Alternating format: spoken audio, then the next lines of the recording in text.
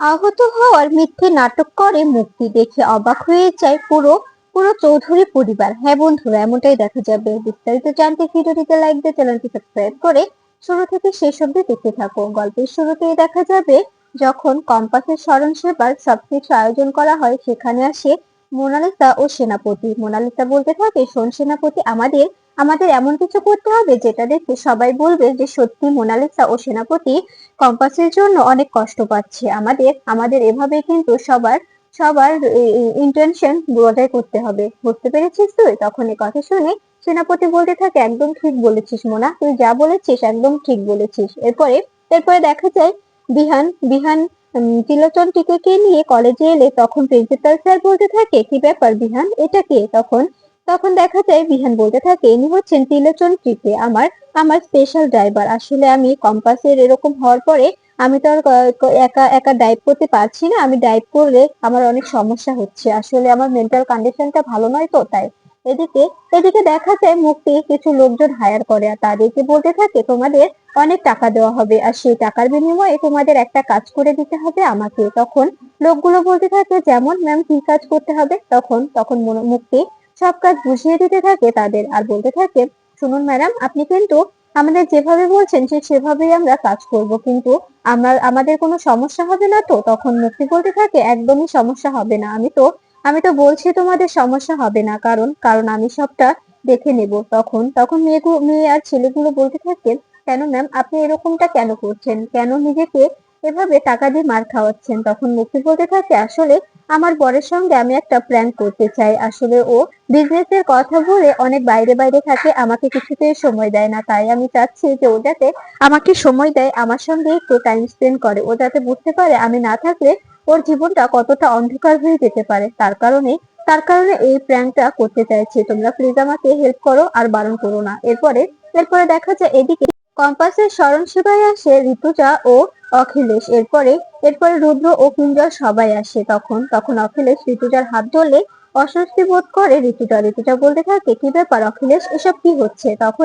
তখনই অখিলেশ বলতে থাকে, ঋতুজা, আমি আমি তোমাকে বলছি ওখানে বসো, এভাবে তোমার শরীরটা ভালো নয়, দাঁড়িয়ে থেকো না, সমস্যা হবে। এসব কিছু দেখে কম্পাস মনে মনে বলতে থাকে, মা এখনো অখিলেশ স্যারের সঙ্গে নিজেকে নিজেকে মানিয়ে নিতে পারছে না। এদিকে এদিকে মুক্তি বলতে থাকে, আমি এই প্র্যাঙ্কটা করতে চাই যাতে ও আমাকে আমাকে বোঝে, আমাকে নিয়ে ও একটু জেলাসি হয়। তখন তখন মেয়েটি বলতে থাকে, আসলে ম্যাম অনেক রোমান্টিক, তাই তো স্যারকে কষ্ট দিতে এমনটা করছে। আমাদের কোনো আপত্তি নেই ম্যাম, আপনি চিন্তা করবেন না, আমরা আমরা আপনাকে পুরোপুরিভাবে হেল্প করব। এরপরে দেখা যায় অখিলেশ ঋতুজাকে বলতে থাকে, তোমার তোমার অস্বস্তি হচ্ছে আমি জানি, তাই তুমি এমন করছো, কিন্তু বিশ্বাস করো ঋতুজা, আমি আমি তোমাকে তোমার তোমার কথা ভেবে অনেক শুধরানোর চেষ্টা করছি, নিজেকে অনেক শুধরে নিতে চাচ্ছি। আমি চাচ্ছি না যে আমার সঙ্গে আর কারো কোনো অপরাধজনক কাজ হোক। আমি চাচ্ছি না তোমার সঙ্গে কোনো কোনো অস্বস্তিকর কাজ হোক। তখন তখন দেখা যায় রুদ্র মনে মনে বলতে থাকে, বাবা তো মায়ের সঙ্গে ভাব করে নিতে চাইছে, কিন্তু মা কেন কেন চাইছে না বাবার সঙ্গে মিলে থাকতে। এরপরে কিঞ্জল বলতে থাকে, বৌদি তুমি প্লিজ এরকম করো না, আর দাদাকে এবার ক্ষমা করে দাও, অনেক তো হলো। এবার এবার না হয় নিজেদের মধ্যে সকল ঝামেলা মিটিয়ে নিওটাই ভালো হবে। সকল ঝামেলা মিটিয়ে নাও বৌদি, তবে তবে জীবনটা দেখবে অনেক সুন্দর হয়ে যাবে। তখন এই কথা শুনে দেখা যায় কম্পাস সেখানে দাঁড়িয়ে দাঁড়িয়ে বলতে থাকে, আমার আর এই স্মরণ সেবা দেখতে ভালো লাগছে না, কেমন যেন অস্থির লাগছে। এরপরে এরপরে কম্পাস বিহানকে বলতে থাকে, বিহান স্যার, আমার এই সব দেখতে মোটেও ভালো লাগছে না। এদিকে মুক্তি সবাইকে বলতে থাকে, তোমরা কিন্তু নিজেদের কাজগুলো ঠিকঠাক ভাবে করবে, কেউ যেন বুঝতে না পারে যে সবটাই সবটাই নাটক, সবটাই সাজানো, সবটাই আমার আমার চক্রান্ত। তখন তখন এই কথা শুনে ওই ছেলেগুলো বলতে থাকে, ঠিক আছে ম্যাম, আপনি একদম ভাববেন না, আমরা আমরা ঠিকঠাক ভাবে সব আয়োজন সম্পূর্ণ করে দেব। আপনি যেমনটা বলেছেন, যেভাবে বলেছেন ঠিক সেভাবেই হবে। আপনি আপনি একদম ভাববেন না। এরপরে দেখা যায় তো মুক্তি বলতে থাকে, আচ্ছা, তোমাদের তোমাদের টাকাগুলো আমি তো তোমাদের দিয়ে দিয়েছি, তাই না? তোমরা কিন্তু একদম ভয় পাবে না, ভয় পাওয়ার কোনো কারণ নেই। তোমরা নিজেদের মুখে মাস্ক পরে থাকবে আর তোমাদের সবাইকে বুঝিয়ে দিচ্ছি। আমি আমি এদিক দিয়ে হেঁটে আসবো। তখন তখন হঠাৎ আমাকে চারপাশ থেকে ঘিরে ধরবে তোমরা। এরপরে দেখা যাবে তোমাদের আমি বলবো যে তোমাদের কি প্রয়োজন, তোমাদের টাকা লাগবে, আমি তোমাদের টাকা দিচ্ছি, তোমরা এই ব্যাগটা নিয়ে যাও, কিন্তু আমাকে আমাকে মেরো না প্লিজ, আমাকে ছেড়ে দাও। আমি তো তোমাদের কোনো ক্ষতি করিনি, কিন্তু তোমরা ব্যাগটাও নেবে না আর আমার কথা শুনবে না, আমাকে আমাকে মারতে থাকবে। এরপরে আমি চিৎকার করতে থাকবো। তখনই এই মেয়েটা তুমি এসে বলবে যে কেউ কেউ আছো, এই ম্যামকে বাঁচাও, এই ম্যামকে মারছে, অনেকগুলো ছেলেরা এই ম্যামকে মারছে, কেউ কি আছো, ওই ম্যামকে বাঁচাও, এই বলে ভিডিও করবে, সবটা সবটা ভিডিও করতে থাকবে, আর সেগুলো সেগুলো ক্রমশ সোশ্যাল মিডিয়ায় আপলোড করতে থাকবে। ঠিক আছে, কথাটা কথাটা যেন মাথায় থাকে।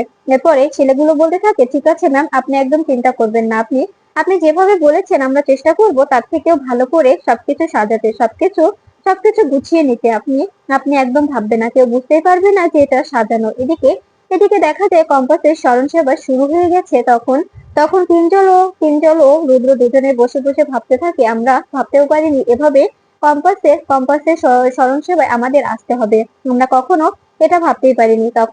তখনই দেখা যায় জিৎ এসে বিহানকে বলতে থাকে, বিহান স্যার, এভাবে যে কম্পাস আমাদের জীবন থেকে হারিয়ে যাবে আমরা কখনো কখনো এটা ভাবতে পারিনি। তখনই বিহান ডেকেছে আর বলতে থাকে, কম্পাসের কি আমার থেকে তোমার বেশি দরদ ছিল নাকি? এরপরে এরপরে কম্পাস দুজনের ঝামেলা মিটিয়ে দেয়। এরপরে কম্পাস বিহানকে বলতে থাকে, আপনি যেভাবে কথা বলছেন এভাবে কথা বললে সবাই আমাদের প্ল্যানটা ধরে ফেলবে। এদিকে এদিকে অখিলেশকে চিন্তিত দেখে ঋতুজা বলতে থাকে, কি হয়েছে অখিলেশ, তুমি এভাবে চিন্তিত হয়ে আছো কেন? তখন অখিলেশ বলতে থাকে, ঋতুজা, আমার কেমন যেন ভয় লাগছে, আমার মনে হচ্ছে আমাদের আমাদের সেই পুরনো শত্রু ফিরে এসেছে। ও যদি ব্যাক করে তবে আমাদের জীবনটা নরক করে দেবে। ওরা ওরা ওরা অনেক অনেক ওরা মা ছেলে অনেক অনেক দুষ্টু, অনেক অনেক বাজে। ওরা যেভাবে যেভাবে সবটা প্ল্যান করেছিল, ওদের যদি আমার বাবা বের না করে দিত, আজকে হয়তো বা আমরা এখানে থাকতাম না, আমরা দু ভাইয়ের এক ভাই ওই পৃথিবীতে থাকতাম না। আমাকে আমাকে জানো মেরে ফেলতে চেয়েছিল ওই মহিলা, আমাকে মারার প্রচন্ড চেষ্টা করেছিল, আমাকে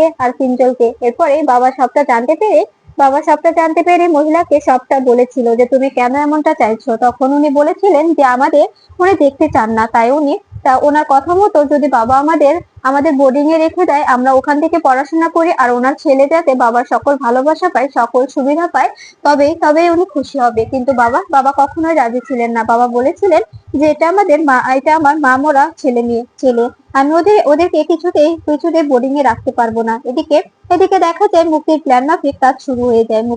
মুক্তি গলি দিয়ে হেঁটে যাচ্ছে, ঠিক তখনই কিছু গুন্ডারা এসে মুক্তিকে মারছে, আর এদিকে মেয়েটা মুক্তির কথা মতো ভিডিও করতে থাকে, আর সবটা ভিডিও করছে আর চিৎকার করছে, কে আছেন, মহিলাটিকে বাঁচান, মহিলাটি মরে গেল। ঠিক তখনই মুক্তি অজ্ঞান হওয়ার নাটক করে। এদিকে এদিকে দেখা যায় ঋতুজা বলতে থাকে, আমি তো জানি অখিলেশ, কিন্তু তুমি এতটা ভয় পাচ্ছ কেন? এত বছর পরে উনি ফিরে আসতে পারে, তোমার এটা কেন মনে হচ্ছে?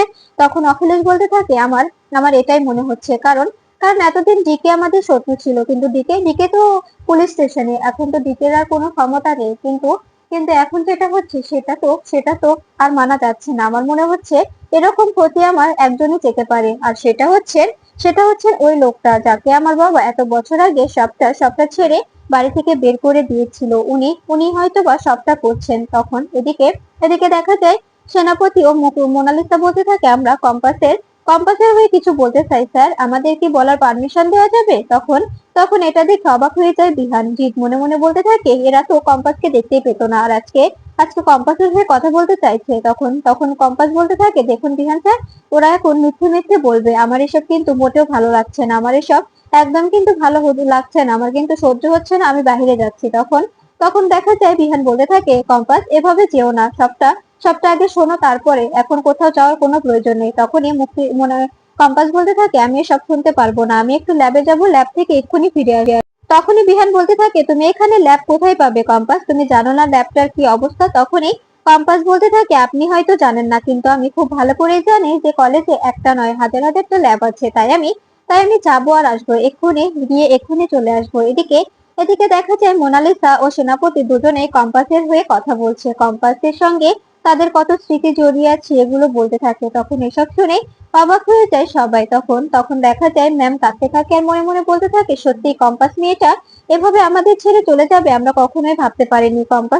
কম্পাসের এভাবে চলে যাওয়াটা আমরা আমরা কিছুতেই মেনে নিতে পারছি না। এই সব কিছু দেখে বিহান রাগে ফুলতে থাকে আর বলতে থাকে, এরা এই মিথ্যে নাটকটা কেন চালিয়ে যাচ্ছে, আমি তো বুঝতে পারছি না, এদের এই মিথ্যে নাটক কে দেখছে? ঠিক তখনই দেখা যায় কম্পাস এসে একটি একটি লাভিং স্প্রে মেরে দিলে, তখন তখন দেখা যায় মোনালিসা ও সেনাপতি কথাগুলো বলতে থাকে আর হাসতে থাকে। এটা দেখে অবাক হয়ে যায় সবাই। এরপরে এরপরে দেখা যায় মোনালিসা ও সেনাপতির হাসিটা অতিরিক্ত হয়ে যায়। এরপরে একে একে একে একে সবাই হাসতে শুরু করে, প্রিন্সিপাল ম্যাম, ম্যাম, সবাই সবাই হাসতে শুরু করে। এরপরে এরপরে দেখা যায় বিহান মনে মনে বলতে থাকে সবকিছুতে কম্পাসের কারসাজি আছে। ও মনে হচ্ছে লাভিং ফিয়ারিং স্প্রে করে দিয়েছে, তার কারণে এমনটা করছে সবাই। তাই আমাকে মা আর বাবাকে এক্ষুনি এখান থেকে বের করে নিয়ে যেতে হবে। ইতিমধ্যে কিঞ্জল ও রুদ্র হাসা শুরু করে দিয়েছে। এরপরে এরপরে বিহান ঋতুজা ও অখিলেশকে সেখান থেকে বের করে নিয়ে যায় আর কম্পাসকে বলতে থাকে, কম্পাস, তুমি এটা মোটেও ঠিক করোনি। এভাবে